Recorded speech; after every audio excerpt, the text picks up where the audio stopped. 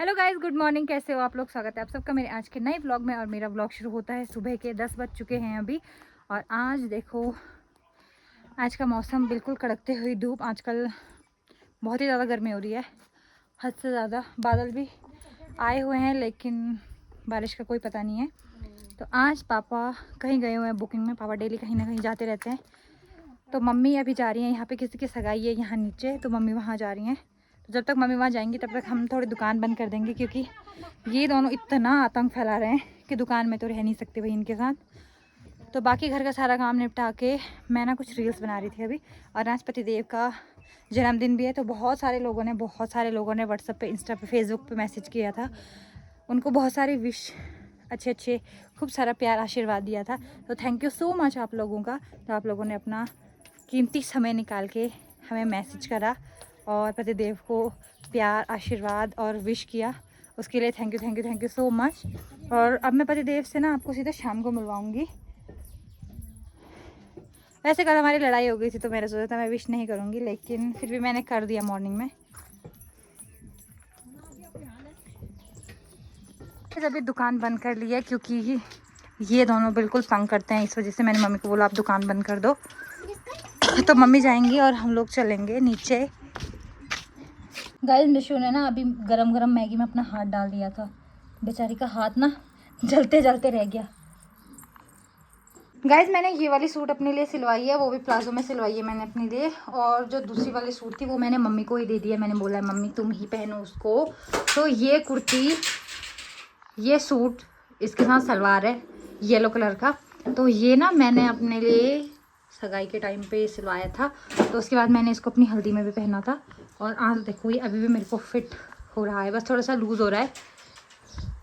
इसमें ना मैं बहुत मोटी लगती हूँ आजकल ना। बहुत ज़्यादा ठंडी ठंडी चीज़ें खा रही हूँ तो पेट ना बहुत ज़्यादा बाहर को बढ़ गया है। तो अभी कुछ दिन डाइटिंग करनी पड़ेगी। और अभी मैं कंटिन्यू सोच रही हूँ फिर से गर्म पानी, हल्का हल्का गुनगुना पानी पीना शुरू करूँ क्योंकि उससे ना बहुत ही ज़्यादा अच्छे रिजल्ट मिलते हैं। और अब जैसे रोपाई का टाइम आने वाला है तो मैं सोच रही हूँ अपने लिए मसाला भी बना के लेके जाऊँ, क्योंकि हमारी मिक्सी वहाँ ख़राब हो गई है। तो मसाला बना के ले जाऊँ। जैसे अब आप लोग बोलोगे, आप में से कुछ लोग बोलेंगे कुछ ना कुछ होता रहता है, ऐसा कुछ नहीं है। लेकिन जैसे रोपाई में जाऊँगी ना, जैसे ठंडे ठंडे पानी में या फिर गीली मिट्टी में ना मेरे पैर बहुत ज़्यादा दर्द करते हैं, बहुत ज़्यादा। और उसकी वजह से ना हमारे यहाँ पे कहा जाता है कि उससे ना ठंड बैठ जाती है, मतलब पैरों के रस्ते आपके शरीर में ठंडा हो जाता है। तो उसकी वजह से बीमारियां या बहुत सारी चीज़ें होती है। तो इस वजह से मसाला बहुत ज़रूरी होता है उस चीज़ के लिए। मैंने पिछली बार भी खाया था, वरना अगर मेरे को ठंड हुई नहीं तो मतलब मेरे को एकदम से स्वेलिंग हो जाती है फेस पे, शरीर पे। आजकल 1-2 महीने से कंटिन्यू मैं आइसक्रीम, ठंडा पानी, फ्रिज का पानी खा रही हूँ ना। तो मुझे ऐसा लग रहा है अपना शरीर हैवी सा हो गया है, थोड़ा पेट भी ऐसे बाहर को निकल गया है। तो फेस भी बहुत ज़्यादा हैवी फील हो रहा है मुझे। बस कुछ दिनों से ही मुझे ऐसा लग रहा है, अचानक से तो होगा नहीं ना, 1-2 महीने के बाद ही उसका असर दिखेगा। तो मुझे ऐसा लग रहा है अब दिखना शुरू हो गया है। तो जो ज़्यादा दिखे इससे अच्छा है पहले ही मैं धीरे धीरे कम करके ये सारी बाहर की चीज़ें खाना बंद कर दूँ, ताकि वेट अपने आप ठीक हो जाए। और गाइस, मेरे गले में कल शायद मैंने कुछ खाया होगा ना, तो उसकी वजह से ना कट गया है एक साइड को। तो मैं ना जमा ही ले पा रही हूँ। यहाँ पे ना बहुत ही खतरनाक वाला दर्द हो रहा है और मेरी दवाइयाँ भी नहीं है। और दूसरी बात, अभी मैं 2 महीने से ना अच्छे ढंग से जमा ही नहीं ले पा रही हूँ। मेरा मुँह ही ज़्यादा अच्छे ढंग से खुल नहीं रहा है। तो अभी सिर्फ मैं, मिशु और हर्ष हैं घर पे। मम्मी गई हुई हैं वहाँ सगाई में, पापा पता नहीं कब तक आएंगे, और पतिदेव भी सीधे शाम को ही आएंगे। तो बाकी का दिखाते हैं आपको आगे व्लॉग में।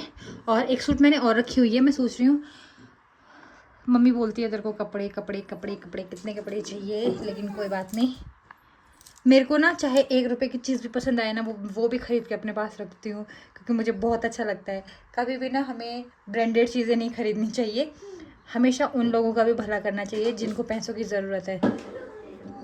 हम बीच में देहरादून गए थे ना, तो वहाँ पे एक अंकल जी थे, शायद उनके बच्चे नहीं थे, ठीक है। तो वो वहाँ पे पता नहीं क्या कुछ काम करते थे। वो वहाँ पे उनका अपना छोटा मोटा सा पता नहीं क्या ठेला था या पता नहीं क्या था उनका। और उनके बगल पे एक बहुत बड़ी शॉप थी, मतलब होटल था। तो होटल के जस्ट बगल पे ही उनका बाहर पे अपना ठेला लगा के खड़े होते थे, तो ना उनसे बैठा भी नहीं जा रहा, सॉरी खड़े नहीं हो पा रहे थे वो ज़्यादा देर तक, तो वो बैठ गए लास्ट में और थोड़ी लेट लग रही थी। तो कुछ लोग होते हैं ना वो बहुत अजीब से बिहेव करके बोलते हैं जल्दी करो, और रिस्पेक्ट करना तो भूल ही जाते हैं। फिर जल्दी कर, नहीं हो रहा तो क्यों बैठा है, यहाँ से चला जा, ये कर दे वो कर दे। तो ऐसा ना हमें कभी भी नहीं बोलना चाहिए, उनकी कंडीशन देखनी चाहिए पहले। और उनको पैसों की ज़रूरत है तो लोगों को हमेशा उस इंसान के पास हमेशा सबसे ज़्यादा जाना चाहिए जिस इंसान को हमेशा पैसों की ज़रूरत है। जैसे रोड पे कुछ लोग बैठे होते हैं छोटे मोटे सामान लेके, तो हमेशा उनसे भी कुछ ना कुछ ख़रीदना चाहिए ताकि उन बेचारों को भी शाम को 2 रोटी खाने को मिल जाएं।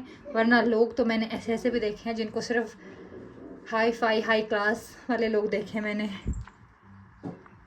और बातें करते हैं बिल्कुल, उनकी बातों को देख के ऐसा लगता है यार इन जैसा इंसान ही कोई नहीं है, और उनकी हरकतें देख के ऐसा लगता है छी कितने घटिया हैं, मुंह पे कुछ और सामने कुछ, मतलब सामने कुछ और पीठ पीछे कुछ और।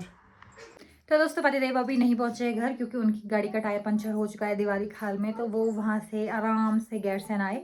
तो मैंने उनको बोला है तुम जब तक गाड़ी का टायर पंचर बनता है तब तक तुम गैरसैंण से सामान लो और फिर आना। और 7 साढ़े 7 भी हो चुके हैं, तो मुझे लग रहा है अब उनको आते आते 8 साढ़े 8 9 तक भी हो सकता है।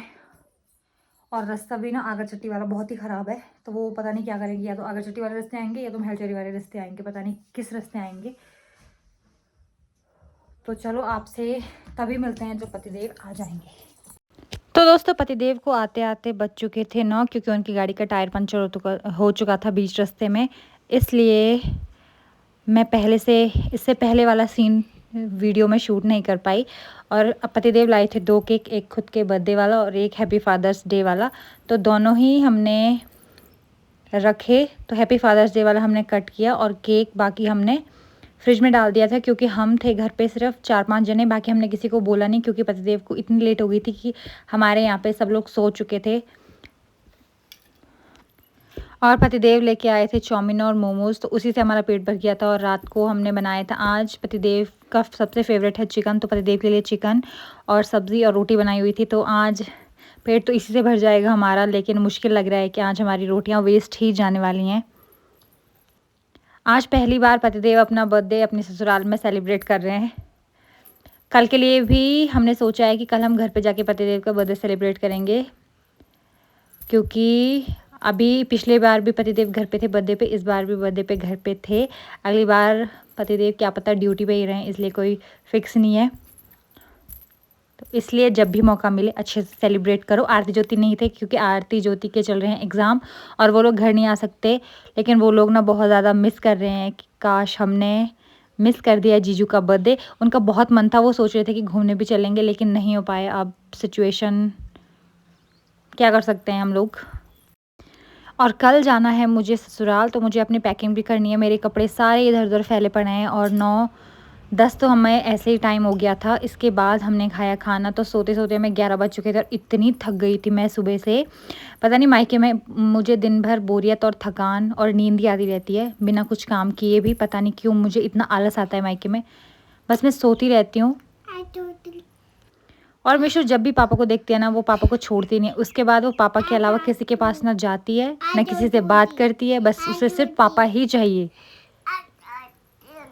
वो मम्मा को भी भूल जाती है। एक अभी पापा को इस बार 2 महीने हो गए उसके पापा को, तो फिर वो भूल चुकी है कि मेरी कोई मम्मी भी है। वो सोती पापा के साथ है, खाना पापा के साथ खाती है, उसको दूध सिर्फ पापा पिलाएंगे।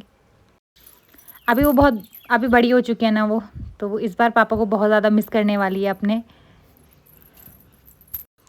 टाइम ज़्यादा हो गया था इसलिए हम रात को कुछ ज़्यादा डेकोरेशन कर नहीं पाए, क्योंकि मुझे कंफर्म नहीं था। एक बार पतिदेव ने कॉल करके कहा कि मैं घर जा रहा हूँ, तो मुझे कंफर्म नहीं हो रहा था कि वो यहीं आ रहे हैं घर जा रहे हैं, इसलिए हमने कुछ भी डेकोरेशन नहीं किया। और यहाँ पे मैं आरती को खिला रही थी, ज्योति को। वो दोनों वहाँ से बेचारे देख देख के बोल रहे थे मैं हम आपको बहुत मिस कर रहे हैं, तो हम भी उन दोनों को बहुत मिस कर रहे थे।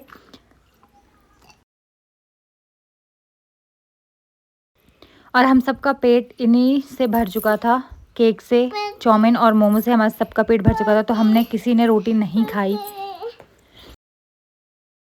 तो दोस्तों इस व्लॉग को करते हैं हम यहीं पे एंड, और मिलते हैं आप लोगों से नेक्स्ट व्लॉग में। उम्मीद है आपको व्लॉग पसंद आया हो। अगर पसंद आया हो तो हमारे चैनल को लाइक, कमेंट, शेयर और सब्सक्राइब करना बिल्कुल भी ना भूलें, और बेल आइकन ज़रूर दबाएं ताकि हमारा नोटिफिकेशन सबसे पहले आप तक पहुँचे।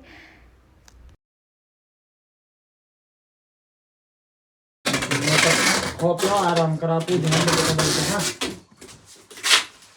ले अजी रख दे मम्मी पापा लो ठीक है रख ले हां अजी रख चबना दीदी मप्पू को रांटे लो हां होगा मप्पू इसमें खोल मोमोज डाल दे ले मप्पू चल तब हाँ ओ चल तो ठीक है